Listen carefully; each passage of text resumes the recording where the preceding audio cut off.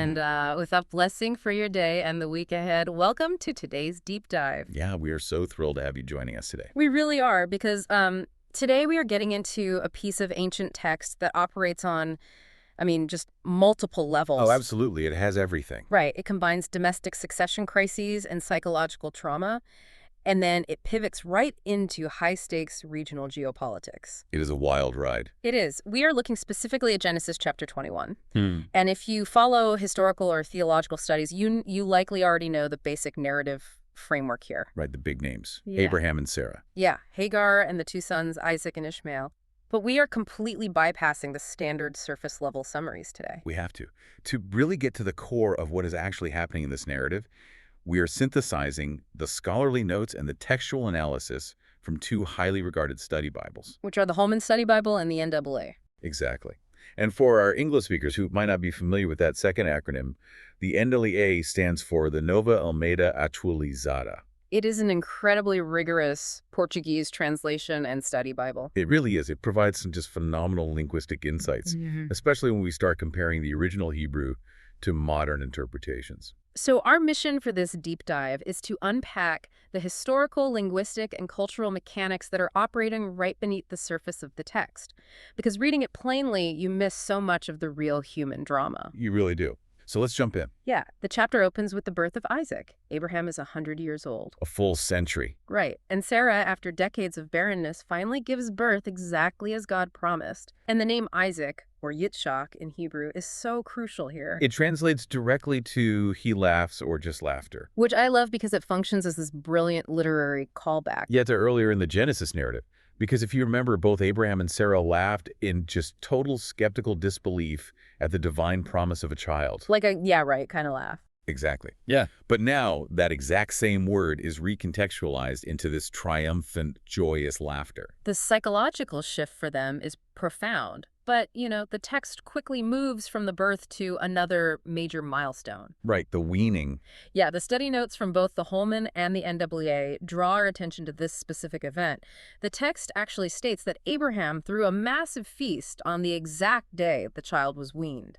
Which, in our modern context, throwing a massive community-wide banquet because a toddler stopped nursing seems entirely disproportionate. It sounds kind of ridiculous today. It does, but we have to view this through the lens of ancient Near Eastern biological realities. Because the infant mortality rates in the Bronze Age were just staggering. Surviving infancy was never a guarantee. Never. The scholarly consensus in the notes indicates that in this ancient pastoralist culture, a child was typically weaned anywhere between 2 and 5 years of age. Okay, so a bit older than we might expect. Yeah, the NAA notes suggest it was commonly around 2 or 3 years old, while the Holman notes point out it could extend up to 5. So reaching this milestone basically meant the child had survived the most vulnerable window of human development. Right. They could process solid food, and their immune system was finally stabilizing. So it was the ancient equivalent of passing a critical survival threshold. Exactly. For Abraham, this feast wasn't just a birthday party. It was a public, formal declaration that his lineage was secure.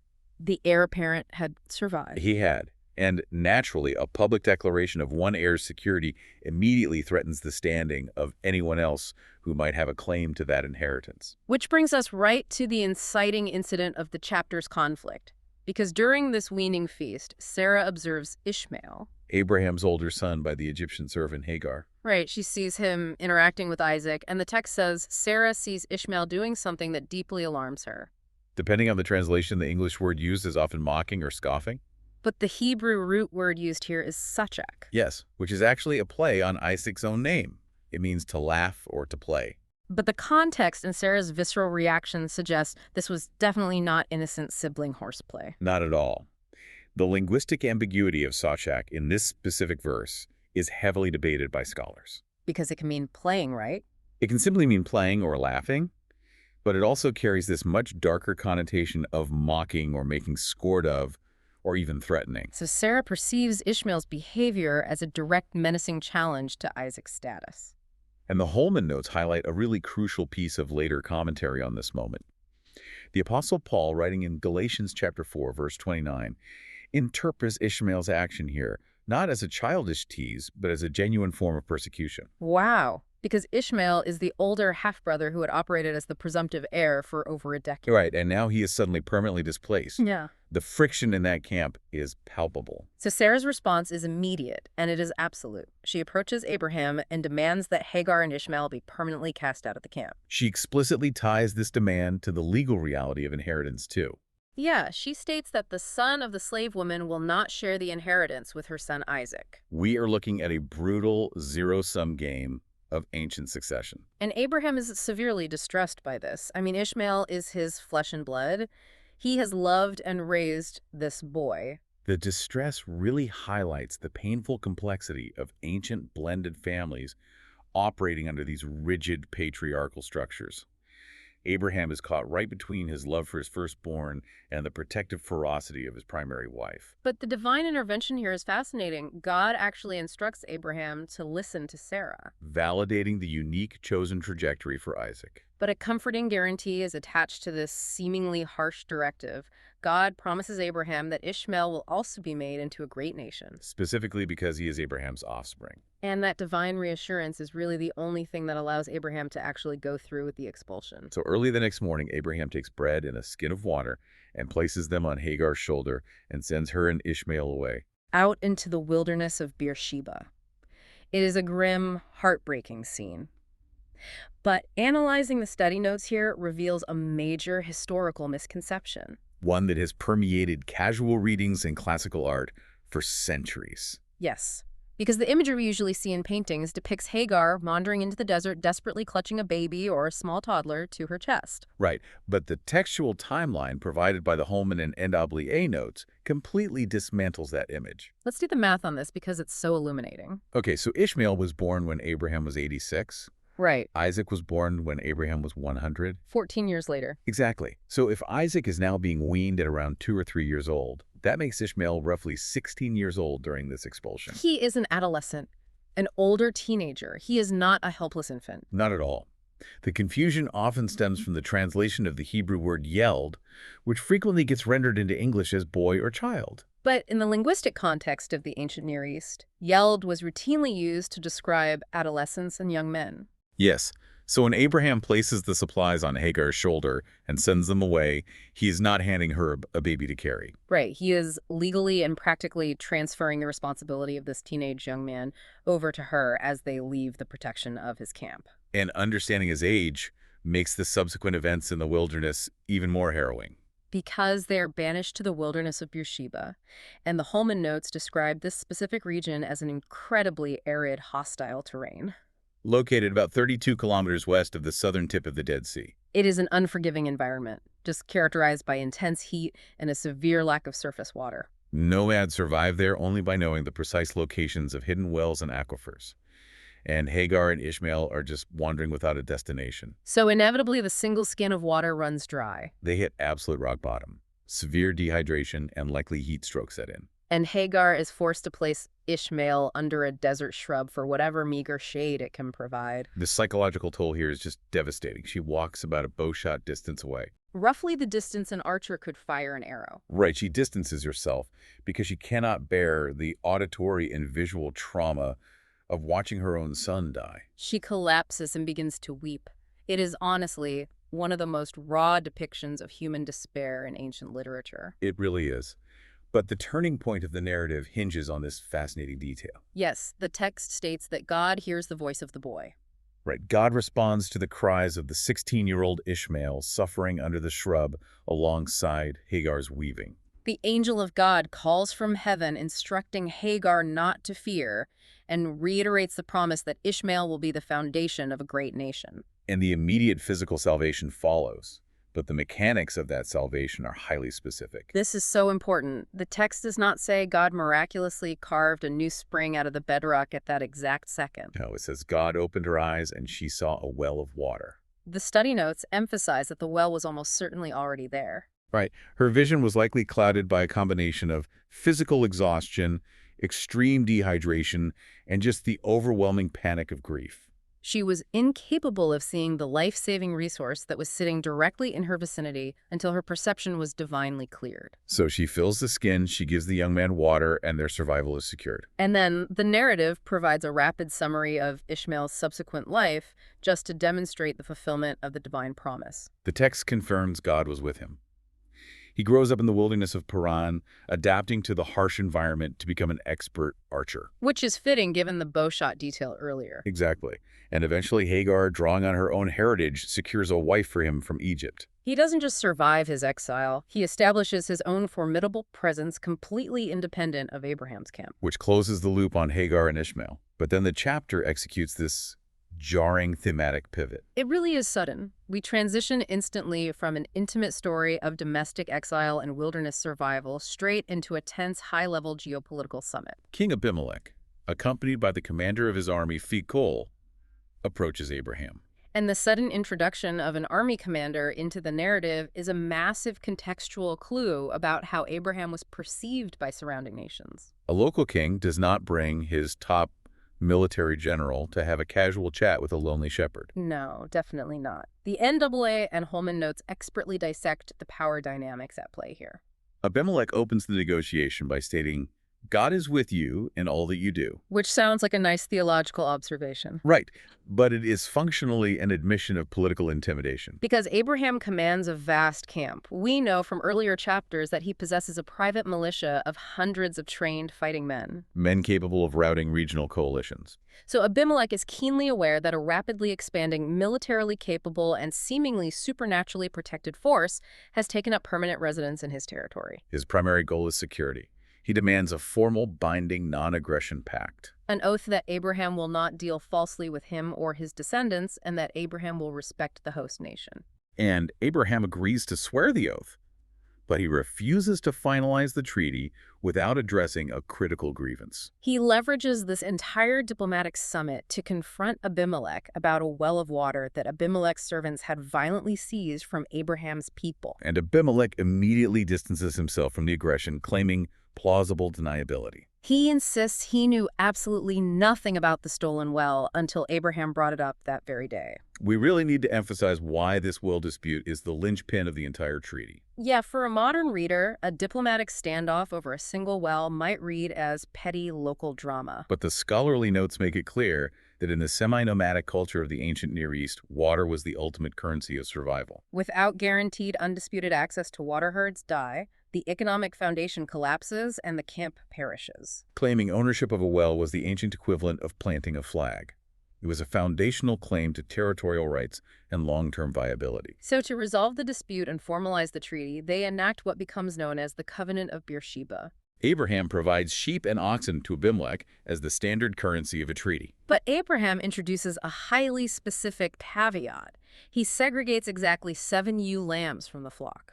Abimelech questions the purpose of these specific animals, and Abraham declares that Abimelech must accept these 7 lambs from his hand as a public legal witness that Abraham personally dug the well in question. It is a brilliant stroke of ancient legal maneuvering. By formally accepting the 7 lambs, Abimelech is publicly relinquishing any historical or future claim his servants might have on that water source. He legally acknowledges Abraham's intellectual and physical property rights. And the brilliance of this exchange is permanently embedded in the Hebrew language itself. The location of this treaty is named Beersheba, which the study notes reveal is a sophisticated linguistic double entendre. Okay, break that down for us. Well, the Hebrew root word for oath is shaba, and the Hebrew word for 7 is sheba. Phonetically, they are incredibly similar. Exactly. So by naming the site Beersheba, Abraham establishes a location that translates simultaneously to the well of the oath, commemorating the non-aggression pact he just swore. And the well of 7 serving as a permanent linguistic receipt for the 7 ewe lambs that purchased his water rights. So every time the name of the location is spoken, the legal parameters of the treaty are verbally reinforced. It is genius. And Abraham follows the legal victory with a powerful physical demonstration of his intent. He plants a tamarisk tree at Beersheba. The Holman and NAA notes provide some fascinating botanical context here that is so easy to overlook. The tamarisk, which is referred to as a tamargueira in the Portuguese text, is a resilient desert tree. It grows deeply extensive root systems to extract brackish water, right? Yes, eventually reaching heights of 6 to 9 meters. Its fine, feathery leaves excrete salt, which draws moisture from the air and provides dense, cooling shade in an otherwise blistering environment. You do not invest the labor into planting a tamarisk tree if your strategy is purely nomadic. No, it takes years for a tamarisk to reach maturity and provide that level of shade. Planting it was an unmistakable geopolitical and theological statement. It signaled to Abimelech that Abraham was transitioning from a wandering sojourner to a permanent resident with generational intentions. It was a physical manifestation of his trust in lasting divine provision, because under the shade of that very tree, Abraham calls on the name of the Lord, using the specific title El Olam. El Olam translates to the everlasting God or the eternal God. He is anchoring his present diplomatic agreements and his future lineage to a deity whose authority supersedes temporary human treaties. And outlasts the lifespans of local kings. It's incredibly powerful. But before the chapter concludes, there is one final complex historical detail buried in the text that requires our attention. Verse 34 mentions that Abraham resided as an alien in the land of the Philistines for many days. That specific mention of the Philistines triggers a significant scholarly discussion regarding the dating and compilation of the Genesis text. Because as the NAA notes carefully explain, identifying the inhabitants of this region during Abraham's era as Philistines is widely considered by historians to be an anachronism. And for our listeners who might be a little rusty on their literary terms, an anachronism is a chronological inconsistency, placing a word or object in a time period where it doesn't historically belong. Exactly the case here. Based on archaeological and historical records, the classical Philistines did not migrate and heavily settle the Canaanite coastal plain until the late Bronze or early Iron Age.